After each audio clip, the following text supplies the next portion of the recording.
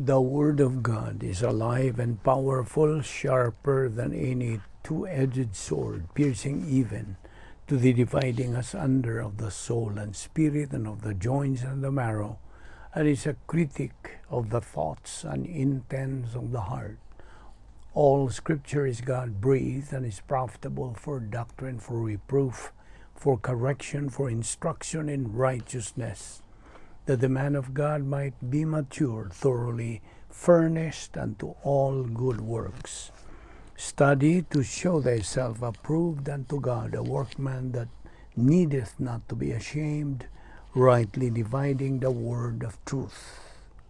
Colossians 1:22-23, in the body of his flesh through death, to present you holy and blameless and irreproachable in his sight, if indeed you continue in the faith, grounded and steadfast, and are not moved away from the hope of the gospel which you heard, which was preached to every creature under heaven, of which I, Paul, became a minister. Revelation 3:5, he who overcomes shall be clothed in white garments, and I will not blot out his name from the book of life, but I will confess his name before my Father and before his angels. Colossians 2:6-7, as you have therefore received the Christ Jesus the Lord, so walk in him, rooted and built up in him, and established in the faith, as you have been taught, abounding in it with thanksgiving. 1 John 5:4-5, for whatever is born of God overcomes the world, and this is the victory that has overcome the world, our faith. Who is he who overcomes the world but he who believes that Jesus is the Son of God? Hebrews 6:11-12, and we desire that each one of you show the same diligence to the full assurance of hope until the end, that you do not become sluggish, but imitate those who through faith and patience inherit the promises.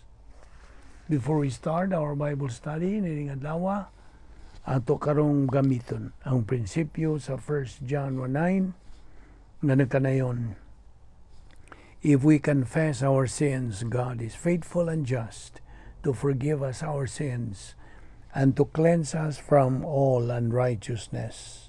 Kiniagi o pangandam sa atong tag-sa kakalag, aron dili mahimong babag kining maong mga sala atong nabuhat. Babag sa atong pagtuon sa pulo sa Dios. And so, human na ito gamita ang 1 John 1:9 nga prinsipyo which we call rebound technique. Then, may balik kita sa atong pagkikambitay sa Dios, our fellowship with God, o kita dubalahon na usab pagbalik sa balang Espiritu Santo.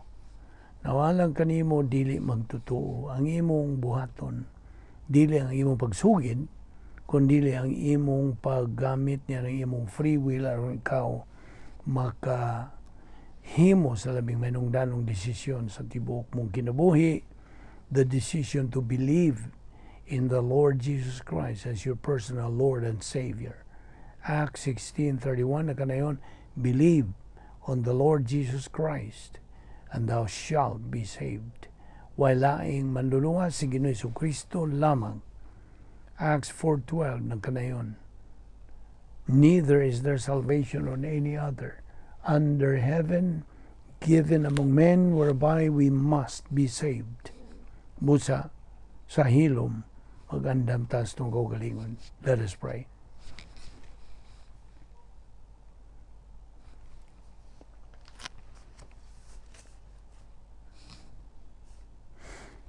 Ama namong langit no, nagapasalamat kami kanimo nining lain no, sa mga higayon sa among pagtuon sa imong pulong ubani kami karon.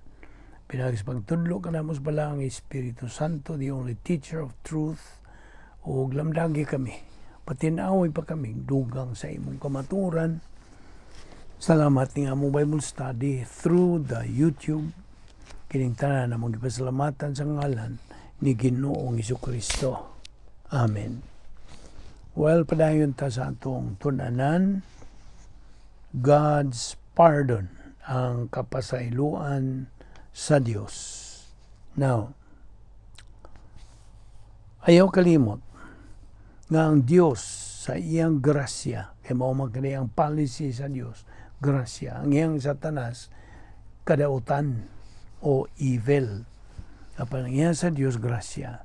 So, ayaw kalimot nga ang Dios sa iyang grasya nga pagtagad nga ni kanato, nagasangkap sa tanan nga atong gikinahanglan.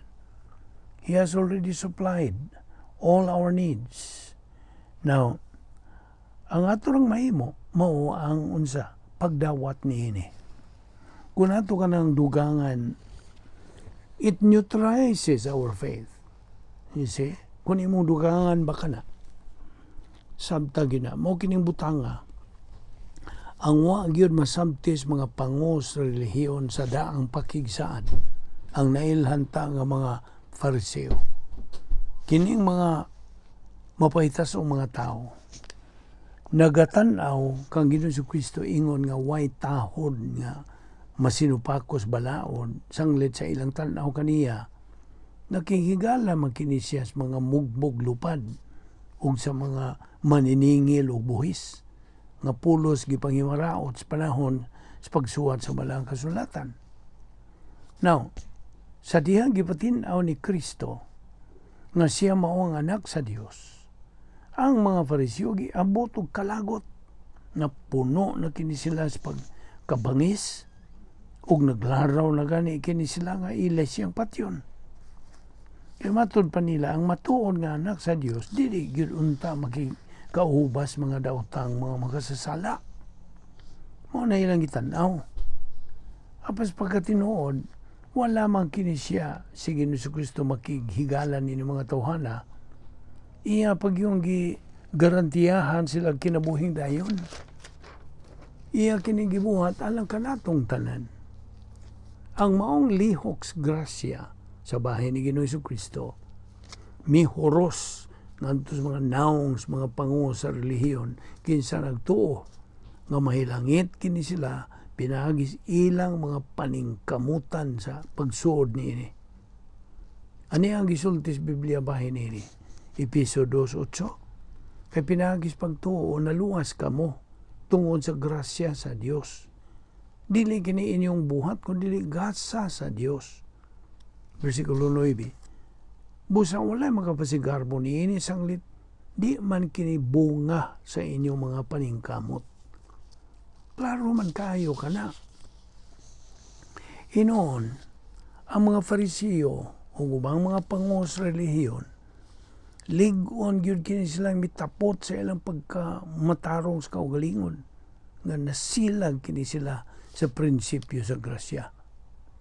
Wa gyud sila malula sa pagkadungog nila ang ilang mga binuhatan, di gyud igo ang pagmaayo niini ug dili makaabot sa hingpit nga pagkamatarong ug kahimpitan sa Dios. Labihan gyud nilang kalagot niini nga buot na nilang patyon Ginoong Jesucristo kinsa usa ka inusinting tao. Dias Juan 11:53. Sukad niya itong adlaw, ang kadakuas mga Hudiyo naglaraw sa pagpatay kang Hesus. Wa gyud kalahian sa mga butang karong mga adlaw kung bahin na og organisadong relihiyon kinsa nagahatag og ipasiyas mga binuhatan inay sa pagtuo. That is their emphasis. Works. See? Good works. Dili ang pagtuo. Bisan pa karon, kanay daghang mga relihiyosong mga katawhan sa ilang pagkaarugante, dili magkadawat sa kamatuoran nga ang gasa sa kaluwasan gitanyag sa Dios andam kanunay. Naghuwat kanunay nga dawaton sa tanang tao, bisan pag unsang matang sa sala ang ilang nabuhat. Kining mga butang nga bayis kaluwasan, nakapalagot pa gyud sa daghang mga tao.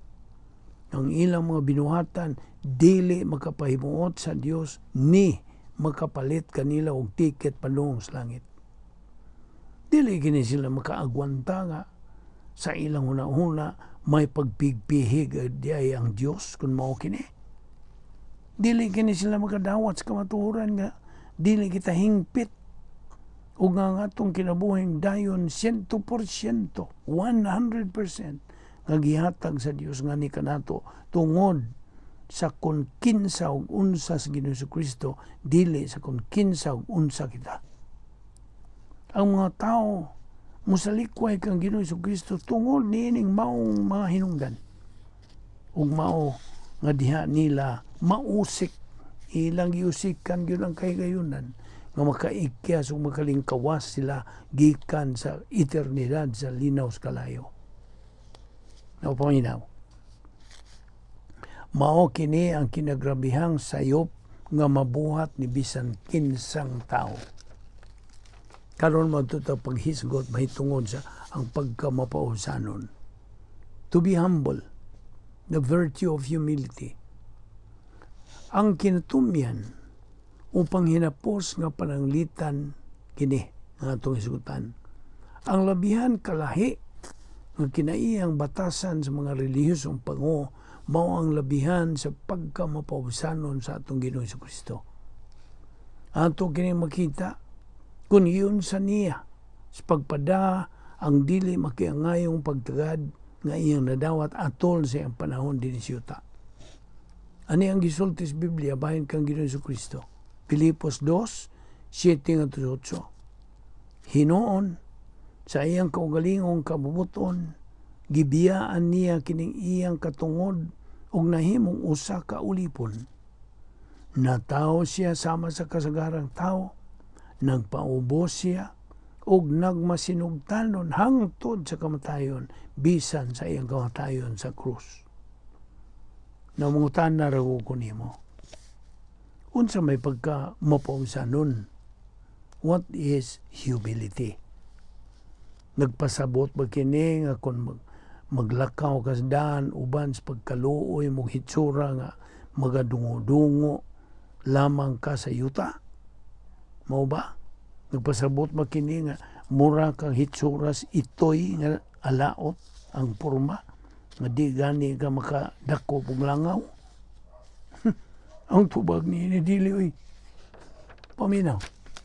Ang pagkamapaubsanon nagkahulugan kini og pagtahod og otoridad, makiangayon o dili, fair or unfair.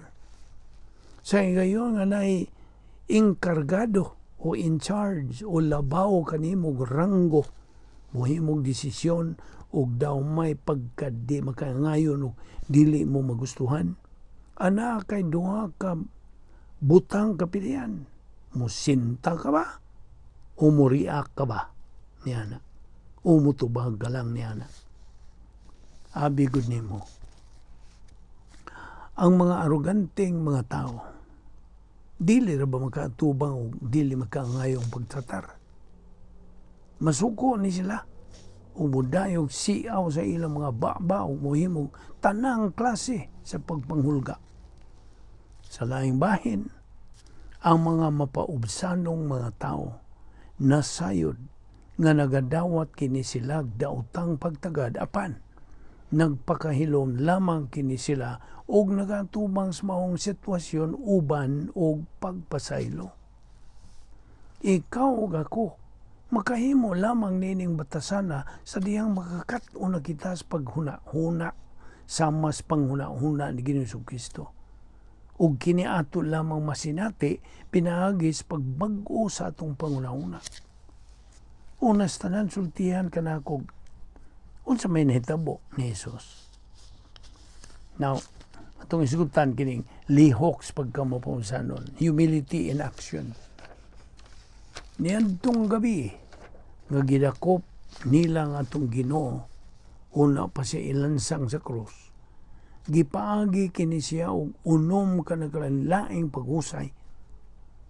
6 trials. Ang tanan wa ipaagi lagda sa balaod. Sa ato pa Mga ilegal ang tanang paghusay kaniya. Gidagmalan, gibunalan, gidaog-daog.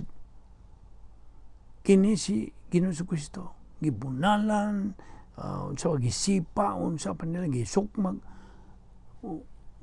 Kini gibunalan, kini siya. Una pa siya himuhi o paghusay. Bisan tuod nga namatud-an ni Poncio Pilato ang maghuhukom nga nagaantiman sa iyang kaso nga wa si Jesus wala. Inosente siya. Juan 19:1. Unya gikuha ni Pilato si Jesus ug iyang gipalatos. Bersikulo 2. Ang mga sundalo naghimog purong-purong sa mga sangang tunukon o gipahaom nila kini sa uo ni Jesus.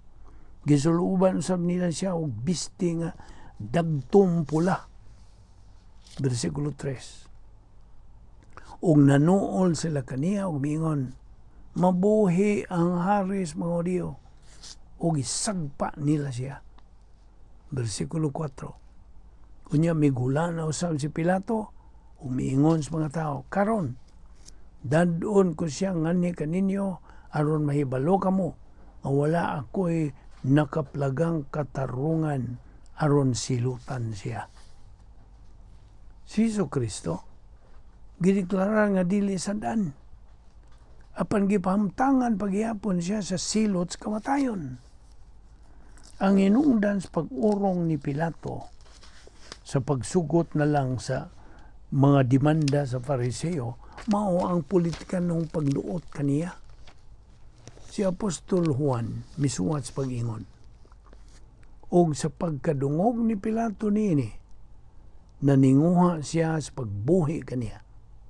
Apan ang mga Hudiyo naninggit, kung buhian mo siya, nagpasabot ka na nga dili kahigala sa emperador. Ay bisad kinsay magpakahari kaaway sa emperador. Sa pagkadungog ni Pilato niini, gidala niya si Jesus sa gawas ug milingkod siya sa lingkuranan sa maghukom dito sa dapit nga ginganlag ang plataporma nga bato sa Hebro nga ngalan niini Gabata. Hapit na kadtong udto sa bispera sa kasaulugan sa pagsaylo. Unya si Pilato miingon sa mga Hudiyo, ania ang inyong hari.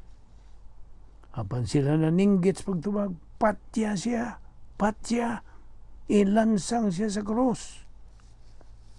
Now, si Pilato nangutana kanila, gusto ba ninyong ipalansang ko sa krus ang inyong hari?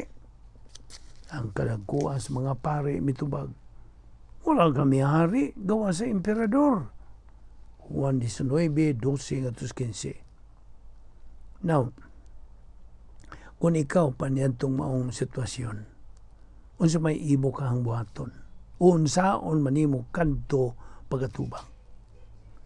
Kung ikaw gilabni, gibira na paggawa sa lawak hukmanan, gisipa ka na, ug musyagit ka nga, unsa ka unfair ang ilang pagtratar. Unfair. Dili magaturanganon. Nahimatik diragod kung giun sa pagtubag ni Jesus ang autoridad ni Pilato sa pagpahibaw niya nga ipapatay si Jesus. Nainumdum ka ba sa akong giingon kanimo nga ang tanang autoridad nagagikan sa Dios? Si Ginoong Jesucristo sa dinhi ang iyang pagkatao, his humanity, siya misubmit ngadto sa maong autoridad tungod sa iyang pagkaamgo ug pag-ila. Ang iyang langit ng amahan mao'y nagapahimutang niini. Ang Juan 19:10 ngadto sa 11 na kanayon. Busa si Pilato miingon kaniya, dili ka ba mutubag kanako? Wala ka ba mahibalo nga ako may gahom sa pagbuhi kanimo o sa pagpalansang kanimo sa cross? Si Jesus mitubag, wala ka untay gahom kanako kung wala pa kiniihatag kanimo sa Dios. Busa ang tao nga nagtugyan kanako nga na kanimo, masad-an pa kay kanimo. Now, ang atong Ginoong Jesucristo nasayod ng iyang misyon mao ang iyang pagpakamatay didto sa krus alang kanato.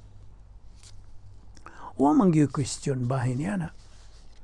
Mianhi siya dinhi ning kalibutan na gumikan niya ng maong tuyo. Tungod sa iyang pagpaubos, iyang gitugutan si Pilatos pagmando sa iyang pagpalansang sa krus. Now, Dias Mateo 20, 18 ngatos 19, pamati ka mo. Mao kaniyang unod ni ining maong mga bersikulo. Pamati ka mo. Nagpadung kita sa Jerusalem, ug didto ang anak sa tao itugyan ngadto sa kadagkuan sa mga pari ug sa mga magtutudlo sa walaod. Siya hukman nila sa kamatayon. Ug unya itugyan nila ngadto sa mga dili Hudiyo. Bugal-bugalan siya ug latuson ug ilansang sa krus. Apan sa ikatulo ka adlaw banhawon siya. Now, gituman gyud ni Kristo ang iyang misyon. Wa gyud alamag sa Pilato bahin sa kamanungdanong kaulugan sa iyang pagkapangu. Kung siya lay pasultihon, iya ra yung gituman ang iyang kaakuhan sa pagmando sa pagpapatay sa katao nga nakaingon sa kagubot o kasamo. Hinoon, kining kalihokana mas labaw pa kini kaysa gianad na nilang Romanhon nga execution o pagpatay. Paminaw, mao kini ang garantiya sa atong kaluwasan. Kadungog ka? Mao kini ang garantiya sa atong kaluwasan. Diha sa Isaias 53, 3 ngadto sa 5, nagkanayon kini. Gitagna diha nga nag-ingon, o gitamay nato siya, o gisalikway. Nakasinati siyang mga kagulanan o mga pagantos. Gani, walay mutanaw kaniya. Wala nato siya tagda, o gipakawalay bilil lamang. Apan giantos niyang mga kasakitan, nakita untay angay magantos o gipas-an ang atong alantoson. Nagtuo kita ang iyang pagantos silot kaniya sa Dios. Gani gisamaran siya tungod sa atong mga sala. Napangos siya tungod sa atong pagkadaotan. Giantos niya ang kastigo nga mao'y nakaluwas kanato ug pinagi sa iyang labod nga ayo kita. Now, ugma atong isgutan ang aniang pagulagway ni Mateo sa maong hitabo. So, ayong sipyat sa sumpay ni ining atong pagtuon bahin ini, magampo ta. Ama na mong langit nun, salamat sa imong grasya. Kinintanan nga mong isgutan, naghatag ka na mong kalamdag, bahin sa unsay gihimo ni Ginoong Jesucristo ang kaluwasan. Samtang didto naga-antos siya tungod sa among mga sala. Salamat, Ginoo, sa imong pagkamatinumanon gayud sa imong mga saad. Salamat sa imong pagpatinaw kanamo nga bugtong paagi nga kami maluwas mao lamang ang pagtuo diha kang Kristo. Salamat ning among Bible study through the YouTube sa Balbido Evangelistic Ministry. Panalangini kining maong ministry. Panalangini ang among mga subscribers nga nagasunod nining among pagtuon sa pulong nimo adlaw-adlaw. Dada kami pagbalik ugma dinhi. Ilikay kami sa mga kabilinggan samtang kami magbuwag-buwag dining adlaw. Kining tanan among gipasalamatan sa ngalan ni Ginoong Jesucristo. Amen.